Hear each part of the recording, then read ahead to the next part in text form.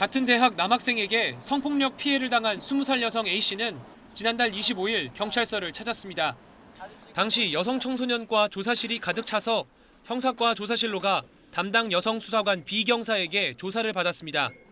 그런데 갑자기 형사과 소속 남성 수사관 C 경위가 조사실로 들어와 피해자인지 피의자인지 물어봤습니다. 그러자 B 경사는 C 경위에게 사건을 판단해달라며 피해자 A씨의 수사 기록을 건넸습니다. 수사와 무관한 형사과 C 경위는 피해자의 인적사항과 피해 사실 등이 담긴 수사 기록을 들고 나가 조사실 밖 간이 책상에서 읽었습니다.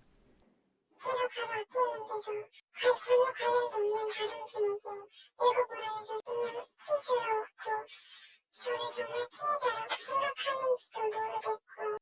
조사에 입회한 변호사가 항의하자 B 경사는 사건에 대한 조언을 구하려고 했던 것이라며 같은 경찰인데 무슨 문제냐고 말한 것으로 전해졌습니다.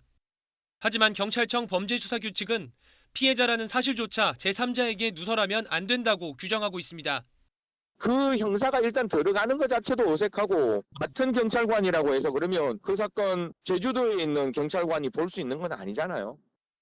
담당 수사관인 B 경사는 조사 과정에서 성폭력 피해와 전혀 관련 없는 사건을 언급하기도 했습니다. 피해자 A씨에게 친오빠가 가해자로부터 협박 등 여러 혐의로 고소당한 사실을 알고 있느냐고 물어본 겁니다. A씨는 본인 때문에 친오빠까지 피해를 보게 될 거란 생각에 조사를 제대로 받을 수 없었다고 당시 심정을 전했습니다. 오빠한테도 피해갈까봐 너무 무섭고요.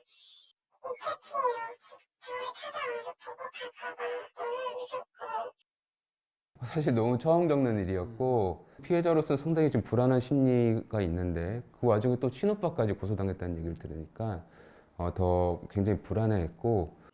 충남 아산경찰서는 B 경사의 행동이 부적절했다면서도 징계할 만한 사안은 아니라고 보고 구두로 주의만 줬습니다. 또 B 경사와 피해자의 신뢰 관계가 무너져 더는 정상적인 수사가 불가능할 것으로 보고 담당 수사관을 교체했습니다. 결국 A씨는 수치심과 심리적 압박감 속에 다른 수사관에게 끔찍했던 피해 사실을 또 다시 진술해야 하는 처지에 놓이게 됐습니다. YTN 신준명입니다.